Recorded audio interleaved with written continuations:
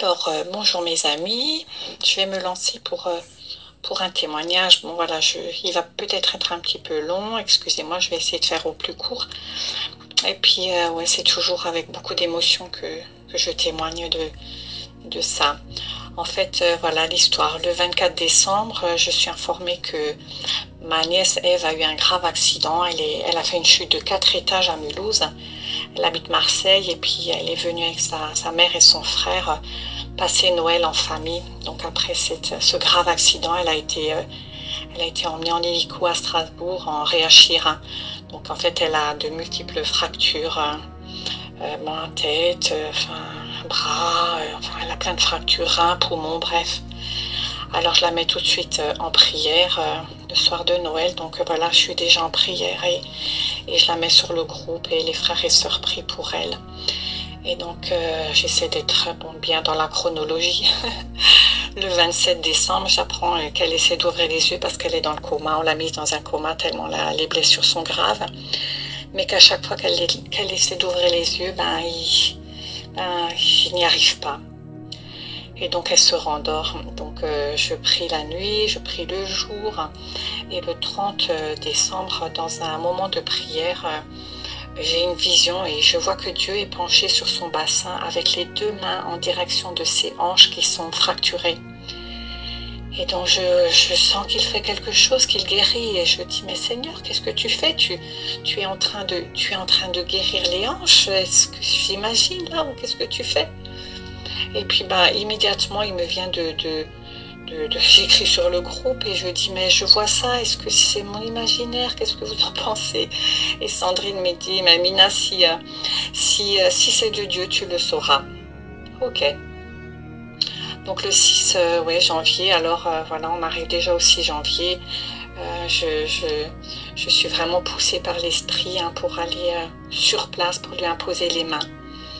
Et puis je dois jeûner. Donc j'arrivais plus à jeûner depuis que je suis convertie. Et là vraiment c'était tellement fort que j'ai dit, ok Seigneur, je vais faire le jeûne de Daniel, mais tu m'envoies et je sais pas quoi faire. J'ai peur en fait, hein. Et puis finalement j'arrive là-bas. Et je me dis, c'est bizarre, on me laisse y aller. On me dit rien, on me laisse prier, on me laisse parler. Donc je vais lui imposer les mains le vendredi, je vais lui imposer les mains le samedi. Et puis voilà, il y a les après-midi aux heures de consultation, personne ne m'empêche, je lui impose les mains. Elle est toujours dans le coma, son corps est totalement inerte, elle est sous respirateur. Et je constate qu'elle a un bras qui a été opéré. Parce que au coude il y avait une grosse plaie ouverte, hein. Sa tête elle est complètement fermée dans un bandage. Enfin, c'est parce qu'ils ont dû libérer la pression intracrânienne en retirant une partie de l'os du crâne. Elle avait des hématomes. Ensuite ma sœur me dit que la fièvre elle ne veut pas tomber, enfin qu'ils n'arrivent pas à la réveiller parce que dès qu'ils essaient de la réveiller, les constantes elles s'emballent, la tension augmente, la fièvre monte en fait. Et c'est comme ça depuis le jour de l'accident, c'est une spirale incroyable. Et donc le pronostic vital est toujours engagé à ce stade-là. Et je m'interroge, je suis assise sur mon canapé, parce que je fais des allers-retours, hein, en fait. Ça se passe sur un mois et demi. Et puis tout à coup, assis sur mon canapé, je sens quelque chose de bizarre. Et puis je vois une main, une énorme main toute noire, qui part et que je vois et qui fait plonger la tête de ma nièce dans les ténèbres, hein. Pour moi c'est ça, hein. Et à chaque fois elle relève la tête et elle veut reprendre vie, elle veut respirer et ça marche pas. En fait elle ne peut pas se réveiller et je comprends que c'est ça en fait la fièvre et c'est pour ça qu'elle se réveille pas. Et là, je comprends instantanément qu'il y a un esprit qui la maintient dans les ténèbres, mais je ne sais pas quoi faire. Parce que j'ai déjà chassé des démons, mais voilà, les gens sont conscients.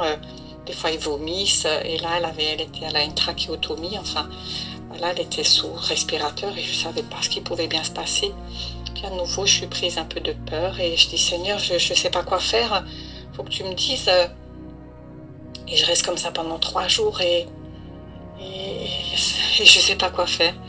Et tout à coup, au bout du 3e jour, je Je dis, mais oui, Seigneur, c'est ça, je vais lier, je vais chasser. Et puis je le fais depuis chez moi, depuis mon canapé, depuis mon appartement. Et donc ça c'était le 21 janvier et le 22 janvier, ma sœur m'envoie le lendemain une vidéo et elle me dit Alléluia, gloire à Dieu. Elle est sortie du coma et je sens vraiment de plus en plus que le Seigneur m'utilise, qui veut m'utiliser pour continuer. Alors je continue dans la prière et je dis Seigneur, moi je sais pas quoi faire, hein, mais tu es avec moi. Alors si tu es avec moi, j'obéis. Et le 26 janvier, donc je dois retourner à Strasbourg. Et je sens vraiment qu'il y a beaucoup d'opposition, beaucoup d'attaques spirituelles. J'arrive pas à trouver une chambre. Enfin, c'est d'une complication, c'est trop cher, c'est période de Noël. Enfin, mais voilà, je dis Seigneur, c'est ton argent, tu me payes l'hôtel, moi j'y vais et puis je fais ce que tu me dis de faire. Donc j'arrive là-bas, je lui impose les mains et je sens vraiment que le Saint-Esprit me dit. Alors je sens cette connexion, je suis connectée avec les cieux. Hein, c'est tout simple. Je sais pas, je pourrais même pas l'expliquer. Et je sens que le Seigneur, le Saint-Esprit me dit tu vas scanner le corps de Ève, de la tête aux doigts de pied. Je prie, je scanne son corps et tout à coup ses jambes commençaient à bouger. C'était incroyablement, c'était hallucinant. Et puis c'est pareil, donc je scanne encore une fois et je vois que tout à coup ses mains bougent. Et je dis à Adrien, donc mon neveu, je dis mais tu as vu que Ève a bougé les mains, les pieds? Et il me dit mais non, c'est des sursauts nerveux, ça doit être nerveux. Et il sort en courant dans le couloir et il va demander au personnel médical et on lui dit écoutez, on ne sait pas, oui ça peut être des sursauts nerveux. Et donc moi je comprends que des choses sont en train de se passer, des choses incroyables. Et je sors et après je continue de prier dans la salle d'attente et voilà. Et ensuite je repars, je regagne ma chambre d'hôtel. Et puis bien sûr, hein, j'ai pas beaucoup dormi. Et le matin, alors que j'ai les yeux fermés, je vois le Seigneur est en train de me montrer le cerveau de Ève. Il me montre son cerveau. Et je vois les 2 hématomes dont parlaient les médecins. Et là, je vois que le Seigneur est en train de faire des choses et je dis, mais Seigneur, qu'est-ce que tu es en train tu es en train de réparer? Et il me montre, c'est comme si ça faisait des petits pixels et il est en train de combler ces 2 hématomes. Je suis dans une telle joie et en même temps je me dis, mais j'ai peur de me tromper. Et je regarde et je vois qu'effectivement les 2 hématomes c'était des trous et ensuite ça se fondait dans tout le reste. Et donc les médecins disaient à ce stade-là qu'ils ne vont pas refaire un scanner, ils vont se fier sur les examens cliniques, hein, ce qu'ils verront. Et puis je retourne à 14h à l'hôpital et ma sœur est présente. Et puis là, Ève, elle me sourit. Et pareil, ma sœur, elle comprend pas que Ève me sourit à moi alors qu'elle, c'est sa maman. C'est pareil, c'est de nouveau ma sœur qui va dans le couloir et qui dit docteur, je comprends pas, ma fille elle a souri à ma sœur, mais pourquoi pas moi, je suis sa maman. Bon, pareil, c'est la même incompréhension, oui, mais vous savez, vous inquiétez pas, c'est peut-être un tic nerveux, enfin bref. Et puis à ce stade, donc le pronostic n'est toujours pas favorable, hein, mais moi je comprends que Dieu agit puissamment et j'ai mais à aucun moment un doute, je doute de rien. J'y vais avec la puissance du Seigneur, c'est tout ce que j'ai. Moi, j'ai mes mains, il va les utiliser, il va m'utiliser et c'est lui qui va faire.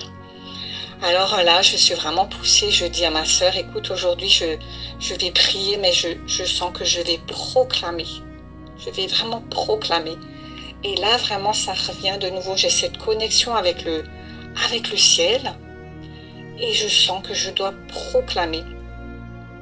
Et je sens le Saint-Esprit qui me dit, tu vas de nouveau scanner. Et pareil, donc j'ai mes mains au-dessus du corps d'Ève, comme un scanner. Hein. Et puis c'est ce que je fais. Et tout à coup, les jambes commencent à bouger, mais de manière plus douce, plus légère. C'est pas des sursauts nerveux. Les doigts également. Et puis son regard a changé. Elle regarde, elle suit du regard. J'étais dans une telle joie, j'ai remercié le Seigneur. Et ma sœur, elle me dit, waouh, mais qu'est-ce qui se passe? Mais c'est vrai, on ne comprend pas. Même moi, je ne comprenais pas. Et puis j'ai tellement remercié le Seigneur. Je suis retournée dans la salle d'attente et j'ai continué de prier. Tout à coup, j'ai prié pour tous les gens qui étaient dans ce service. J'ai prié pour le service, pour les chirurgiens. Enfin, j'étais mais dans une joie immense, immense, immense. C'était incroyable. Et puis le frère de ma nièce Ève est venu et puis ben il regarde sa sœur et puis il lui pose une question. Il lui dit, ma sœur, est-ce que tu me reconnais? Je suis Adrien, ton frère. Si tu me reconnais, cligne des yeux. Elle a cligné des yeux. Oh, voilà, j'avais une telle émotion. Et puis après, il lui dit, est-ce que tu te souviens de l'accident? Ah, cligne des yeux et puis il y a des larmes coulent. Et tout à coup, mon neveu, il a eu ça fait comme un tourbillon dans sa tête. Il est sorti et puis il a couru dans le bureau des médecins et puis il a dit, mais regardez ce qui se passe, c'est incroyable. Elle reconnaît, elle se souvient de tout. Et alors je vois donc les médecins qui arrivent. Ils ont appelé finalement le chirurgien orthopédiste, ils ont appelé l'équipe médicale. Et puis ben, ils sont venus voir ce qui se passait. Et puis ben, ils arrivent au niveau de ma sœur et puis ils disent, bon ben écoutez, l'examen qu'on a fait, il est vraiment plus que bon. Voilà, on se rend compte que les hanches, ben, tout bouge bien, tout est consolidé de manière correcte, mais peut-être qu'elle gardera une petite boiterie. Quand j'entends ça, je refuse ça. Je dis non, je refuse et la boiterie, il n'en aura pas. Il n'y en aura pas, je le proclame, il n'en aura pas. Et il n'y en a pas. Et puis ben, je vois vraiment que le Seigneur a vraiment fait ça. Il a fait cette réparation, ça confirme vraiment. Et donc voilà, il prévoit l'opération du coccyx. Du coup, elle était couchée sur son coccyx et ça, c'était à faire encore. Hein. Ensuite, il prévoit le scanner qui va confirmer que les hématomes intracérébraux, ils ont été totalement guéris par le Seigneur. Et puis, voilà, on lui enlève la trachéotomie l'après-midi même. Ma sœur me dit, Mina, à chaque fois que tu viens, il y a quelque chose qui se passe. Bah oui, Seigneur, t'es là. Et puis, voilà, il lui enlève la trachéotomie. Et puis, ma nièce, je me suis dit, est-ce qu'elle va pouvoir parler avec tous ces jours où elle n'a pas pu parler? On ne sait pas si elle a retrouvé la parole. Et puis, elle me fait signe de m'approcher d'elle. Et puis, elle me dit, Mina, Dieu t'aime. Alors je me dis, tu dis quoi? Qu'est-ce que tu dis? Elle me dit, oui, Dieu t'aime. Alors je lui dis, ah ok, ouais, d'accord. Et elle me dit, tu sais, il y a le luth, la harpe et le chant. Alors je vois un champ de blé, et puis je dis, le chant. Elle me fait, oui. Je dis, ah, le chant. Et puis alors elle mime, elle fait, oh. Et je dis, oh là là, Seigneur, tu l'as touché, mais d'une façon, c'est incroyable. Moi, je suis tremblante, je suis dans tous mes états, je suis stupéfaite, émerveillée. Et alors, je lui dis, mais oui, Ève, Dieu siège au milieu de la louange. Elle me dit, oui, et tu sais quoi, Mina? Avant, je croyais pas. Je croyais pas, mais maintenant, je crois. Et je me dis, mais Seigneur, c'est incroyable. Alors je dis, oh Seigneur, je suis tellement contente de ce que tu fais, je l'ai suivi, j'ai juste écouté, j'ai juste obéi et je suis allée comme j'étais et j'ai pas douté. En fait, je me suis posé aucune question. Même quand je l'ai vue, je n'ai même pas dit, oh maman, alors qu'est-ce qui va se passer? Elle est dans un tel état que je ne peux pas le faire. C'est juste parce que j'ai compris que j'ai rien fait, mais rien du tout. C'est le Seigneur qui a tout fait. Et donc les médecins ont discuté avec ma sœur et puis là je les ai entendus dire, vous savez maintenant on peut vous le dire, ce n'est pas un miracle, c'est des miracles. Et puis après j'apprends que le poumon perforé a été réparé, que le rein qui était soi-disant fichu, non, il fonctionne. Et puis je me suis dit, waouh, parce que quand j'ai vu le Seigneur qui réparait les hanches, j'ai dit, mais Seigneur, et le reste, tu le fais quand? Je vois pas que tu répares les organes parce que c'est important. Et c'est tout, j'ai dit ça et j'ai pas cherché plus que ça. Donc voilà, aujourd'hui, donc ça fait longtemps là maintenant, elle est sortie de cette affaire. Elle est encore traitée pour un staphylocoque doré. Hein. C'est des fois on attrape ça dans les salles d'op ou quand on a des plaies ouvertes. Mais en tous les cas, je peux vous dire que elle était, elle était perdue si Dieu ne l'avait pas secourue. Et je suis tellement reconnaissante. Je suis tellement reconnaissante au Seigneur parce que il veut nous utiliser. Il veut qu'on y aille. Il veut qu'on fasse des choses et on doit lui obéir. Vraiment, vraiment, il faut obéir. Il faut écouter le Saint-Esprit. Et nous, on n'a rien à faire. On a juste à y aller, faire confiance et à croire que ce qu'il a dit, c'est vrai. Parce que tout est vrai. On doit y aller. On doit y aller vraiment. Dès qu'on peut, il faut y aller. Il ne faut pas broncher. Il ne faut pas voir à la dépense. Il ne faut pas voir au kilomètre. Il ne faut pas croire que c'est impossible parce que tout est possible. Tout est possible. Je l'ai vu, je l'ai expérimenté tant de fois. Et c'est merveilleux, gloire à Dieu, parce que il nous utilise, il vous utilise, mes frères, mes sœurs. Alors, allez-y. Vraiment. Voilà, j'ai fait 16 minutes de témoignage. J'ai raccourci vraiment ce que je pouvais, mais j'ai tellement de détails et ce que le Seigneur il veut faire, il l'accomplit, mais d'une manière, c'est miraculeux, c'est merveilleux, c'est trop beau. Ah, merci Seigneur. Toute la gloire pour toi, Seigneur. Amen.